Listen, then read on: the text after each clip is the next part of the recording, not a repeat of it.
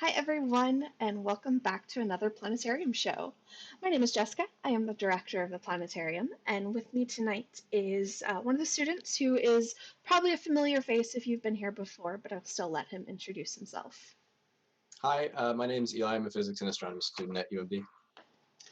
So tonight is our first show in February. Whole cannot believe how quickly January went by, although I feel like I'm saying that every month.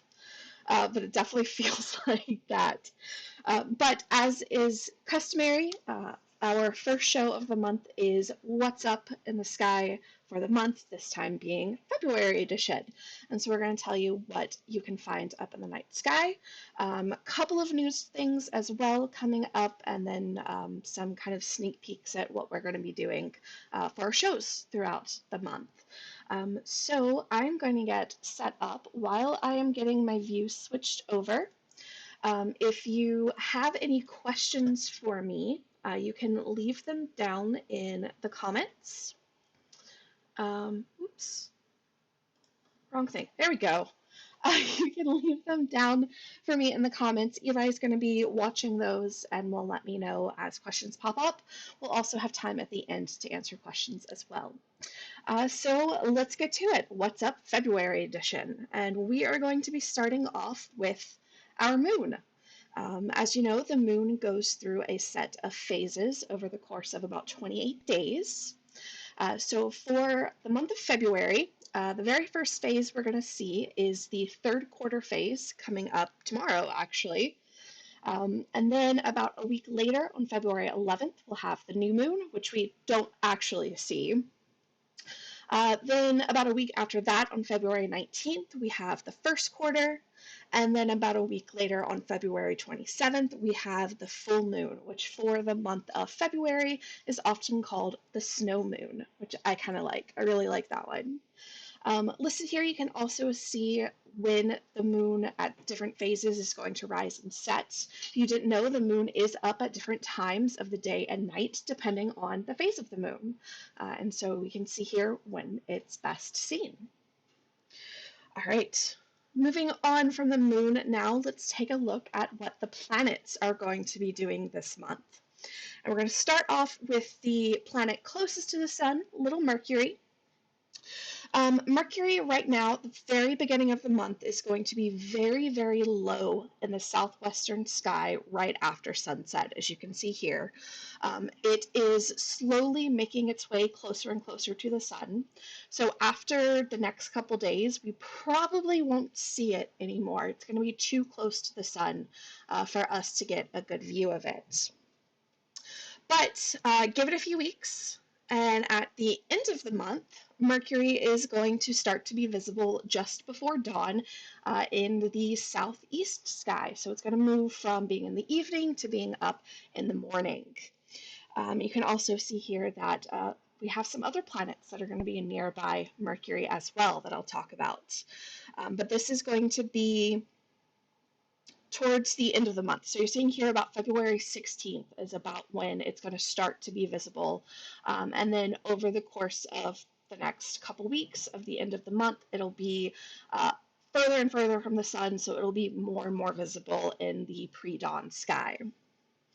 In fact, on the 23rd, it's going to start to pass between two other planets that we can see up in the early morning pre-dawn sky. Jupiter and Saturn have made the switch from being up at night to being up in the early morning.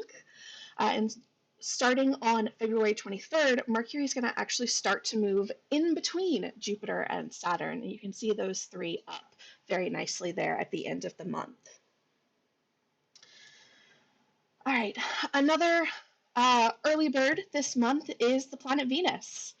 Venus is also up in the pre-dawn sky, so all of the action this month is happening very early in the morning, right before sunrise, which means I probably won't be seeing it because I'm definitely asleep at that time.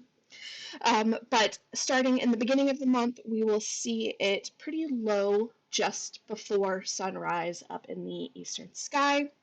But Venus is slowly moving closer to the sun over the course of this month. So it's really only going to be visible for about the first week, week and a half of February. All right. Moving to nighttime sky, since we have Mercury, Venus, Jupiter, and Saturn up at night, or up in the morning, we have Mars, Uranus, and Neptune up in our nighttime sky. Mars is probably the best to see up at night. It's very high up in the sky right after sunset, very easy to find up in the southwest. It's actually making its way into the winter hexagon of 6 constellations. If you want to know more about that, check out our show on Saturday. But along with Mars up in the nighttime sky are the 2 outer planets, Uranus and Neptune. Now, these you can't really see with your naked eye, they're too far away, but with a good pair of binoculars or a small telescope, you can definitely make them out. Uranus, though, is possible to see with your naked eye, but it is very faint, and so you're going to have really, really dark skies in order to try and make that out. But you can see where they are there. And that is our planets up for the month of February. Since there are no meteor showers this month, and no other kind of big astronomical events. I didn't want the show to just be, 5 minutes long. So I thought I'd point out for you some other really awesome things that you can see up this month. Winter is a great time for a lot of what we call deep sky objects. These are things that are out past our solar system. Some also out of our own galaxy. And everything that I'm going to talk about tonight can be seen with the naked eye if you have decently dark skies, but definitely look best through even just a simple small pair of binoculars.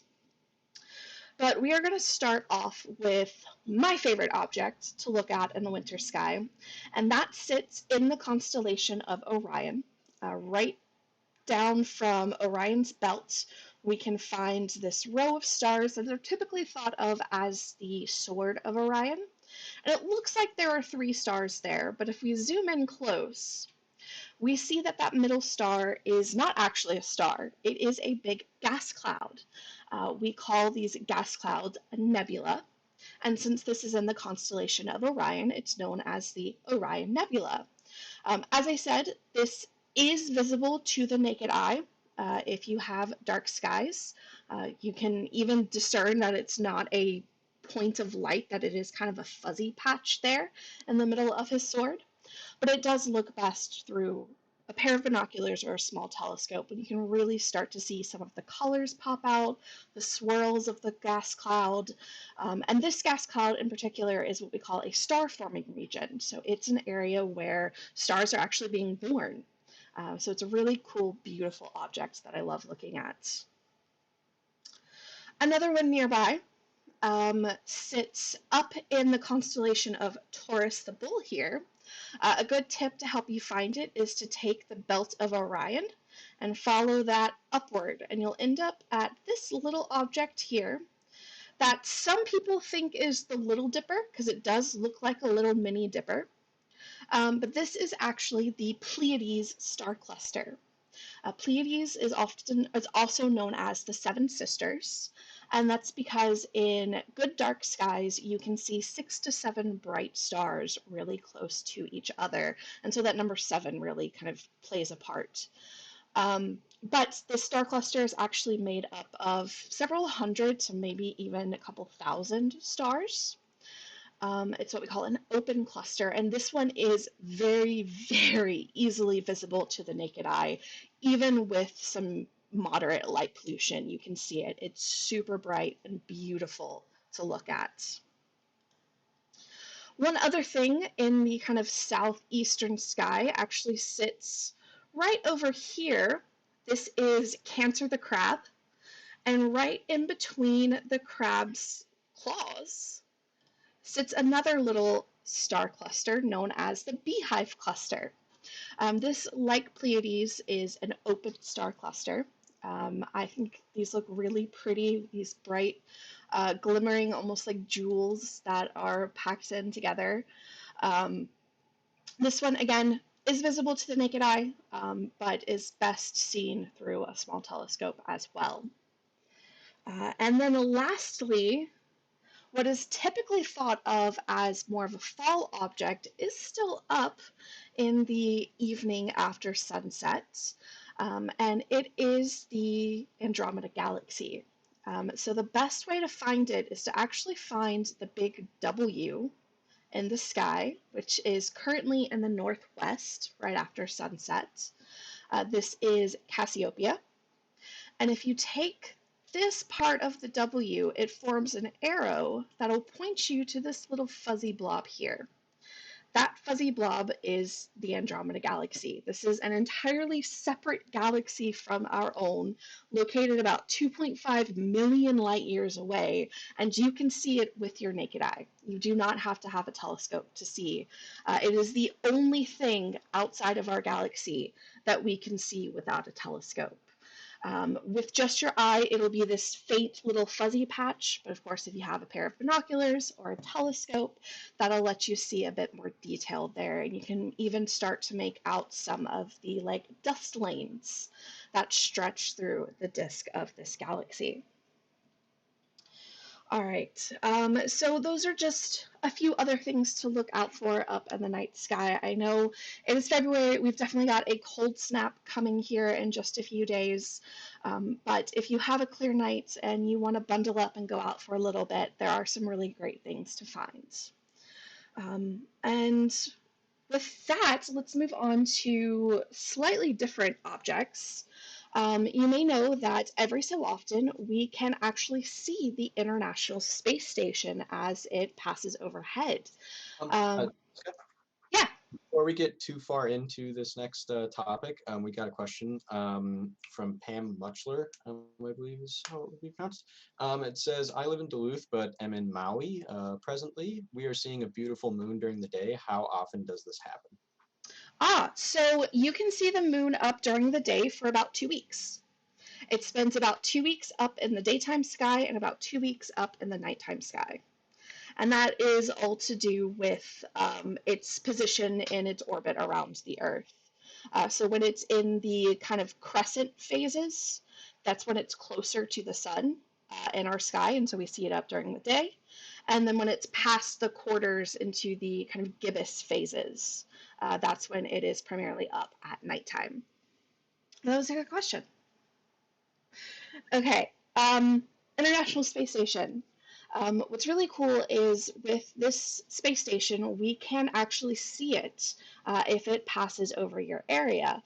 You're not going to make out the entire space station. What's going to happen is the International Space Station, and I'm realizing now I should have put a picture of it on the slide, but it has these really big solar panels that reflect sun's light, and you can actually, you'll see this like bright streak in the sky because you're seeing the light reflecting off of those solar panels.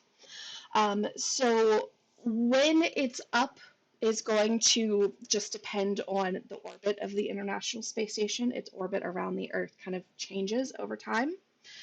But for us here in Duluth, we do have a few nights here at the beginning of the month, between 6 and 9 p.m. Or no, 6 and 7 p.m. When it's going to make some pass-bys. The best one that I saw coming up is in 2 nights on February 5th, starting at about 6:06, over in the northwest sky here. It's going to make a nice bright pass over the kind of western sky and setting around here 6:17. So if you have some clear skies and a couple nights on February 5th around 6 p.m., head out and spend about 10 minutes outside. And you can see the ISS. You'll notice it's going to be very bright and moving very quickly across the sky. And the trick is if it's moving and not blinking, it's a satellite. If it's moving and blinking, it's an airplane. So you want to look for the steady, bright light moving across the sky. So we actually just got a couple more questions really quick. Okay. So the first one was, how often do we do this live broadcast? This is amazing. Oh, I'm glad you're enjoying it. So we do our live shows every Wednesday and Saturday at 7. This particular show we do at the beginning of each month. So the first Wednesday of a month, we do the What's Up for that month. And then the next one, how was the moon made? Ooh, so there is still a little bit of debate over this, but the most favored hypothesis is that way back about 4 billion years ago, when the solar system was just forming, little proto Earth got hit by something about the same size as the planet Mars. So that's about half the size of Earth. And when it hit the Earth, it thankfully wasn't powerful enough to completely shatter the Earth, which is why our planet's still here. But it did spew out a lot of material that we call ejecta, because it was ejected out. And a lot of this material, instead of just flying out and away, got caught in orbit around the Earth, and over time kind of collected together and formed our moon. So we think our moon is the result of a big impact that Earth had with another object at the very, very beginnings of the solar system. And then the last one, not really a comment, or not really a question to comment. I love watching the ISS go by. My neighbors probably think I'm nuts waving at the sky. That's pretty funny because I think that's a testament to astronomy in general. Sorry. I got excited. I do too. I wave at them when they pass over. Sorry about that. I got super excited by that comment, apparently. Now, this pathway that I'm showing you here is specifically for Duluth. As I said, when and where the ISS passes by depends on its specific orbit. But in the comments, or in the description for this video, I have linked a website called heavensabove.com, which is really great and will show you kind of when, not just the ISS, but other satellites as well, are visible for your location. So if you're ever interested in kind of seeing that, you can always use that website to map that out and to see what's going to be visible for you. Sorry. And then lastly, a few news items here. As you see from this big explosion, we had kind of a dramatic event happening a couple days ago, back on February 2nd. SpaceX was doing a test flight of its Starship SN9. This is the one that they're hoping is going to take people well, up to the moon and possibly Mars. It's supposed to be the commercial space or commercial rocket, right, Eli? This is the one that's like for public. Yes. Yep. Well, Okay. that's the end goal at least. Well, public meaning those that can afford it. But much like the last version, the SN8 that they tested back in, I believe it was December, it had a good launch and a good flight, but its landing was a little bit not quite what we wanted. It came down a little bit too fast. And ended up crashing, which looks like a huge failure. But the thing is, we get so much good data from this that we don't view this as a complete loss or complete failure, because we now have a lot of information so that the next round we can make those improvements and get closer to a working model. Other things with SpaceX is tomorrow and Friday, they're going to be doing back-to-back launches of more Starlink satellites. These are the kind of constellation or array of satellites that they're putting up. Let me stop this crashing. That they are putting up into orbit around the Earth to try and provide internet services to anywhere on the globe. They've got, what are they at now? I know they're in the thousands of satellites that are up, but I know that they're looking for like hundreds of thousands as the end goal. Yeah, I'm not sure how many there are. So yeah, but the next batch is being launched Thursday and Friday. And they can be kind of cool to see when they launch. They're all pretty close together, and so you can see just these like 60 points of light all in a row moving through. Unfortunately, I don't have information on when and where that will be visible to us here in Duluth, but as soon as they launch, Heavens Above will have updated information and can show you that and show you when you can go out and see those Starlink satellites just after they have launched. And then, other than that, the other big thing happening this month is the landing of the Perseverance rover on Mars, which is going to happen on February 18th. We're very excited for this. And so, our show on February 17th is going to be dedicated to the Perseverance rover. So, I don't want to talk too much about it tonight because we are going to have a whole show where we're going to get to share with you all of the awesomeness that is Perseverance. And I'm so excited for this. All right. Did we get any other questions? Nope, nothing that I'm Not seeing. yet. All right. Well, if you have any other questions for us, leave them down in the comments now. We'll stick around for a little bit longer and see if we get any more coming in. And while we wait, let me tell you a little bit more about what you can see coming up over the next couple weeks. So on Saturday, we are doing our February constellation story time, the other show that we normally do at the beginning of every month, to show you the constellations that are up this month and tell you some of the cool stories that are associated with them. Next Wednesday, we're going to do a show all about the aurora, tell you kind of what causes it, where you can see it, and give you some kind of tips and tricks to help if you end up wanting to try and see it for yourself.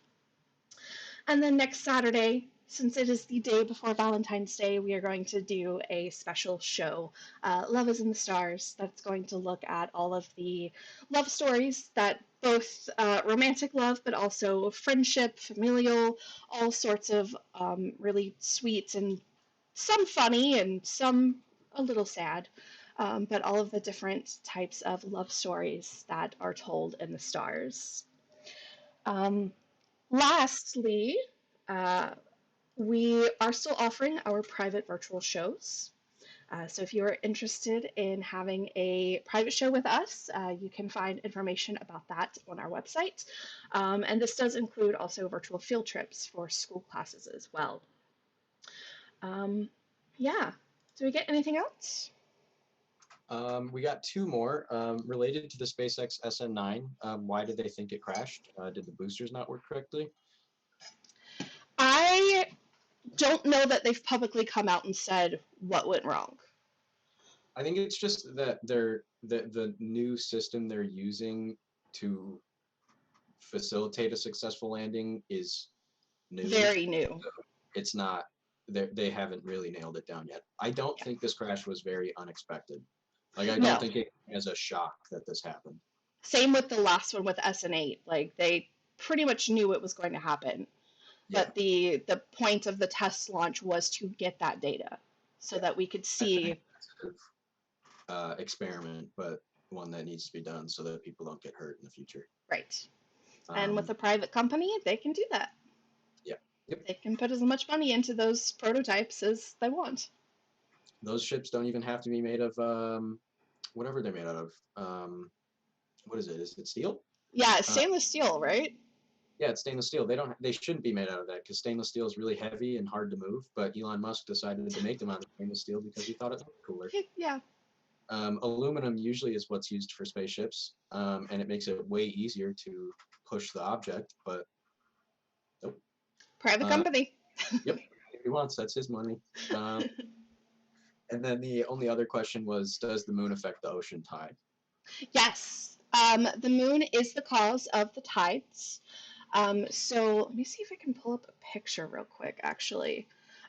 So basically, with the tides, you have the moon has like a gravitational pull on the Earth, just like the Earth has a gravitational pull on the moon. Sorry, I'm trying to get this pulled up.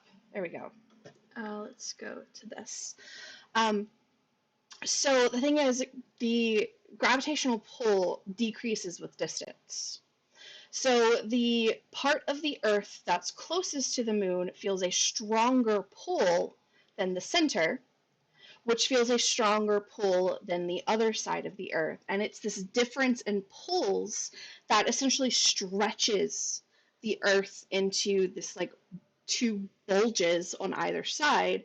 And as the Earth spins and we move into and out of those bulges, we get high tides and low tides. Um, you can see here the sun does also have a small effect on it as well, and that can create the tides to be a little bit more severe or a little bit less severe, depending on where exactly the sun and moon are with respect to each other. But the other thing to note that a lot of people don't know is the tides don't just affect the water. They affect the land too. The land, Earth itself, does actually rise and fall with the tides. It's just, I think, a fraction of a centimeter. The water is a lot more easier to move, and so it's a much more dramatic um, event than the crust itself moving. But that's a good question. In fact, did we do a show on tides? I don't think we've done a show on tides. We've done a show on moon phases. That might be Yeah. something we add. Yeah. But yeah, that was a good question.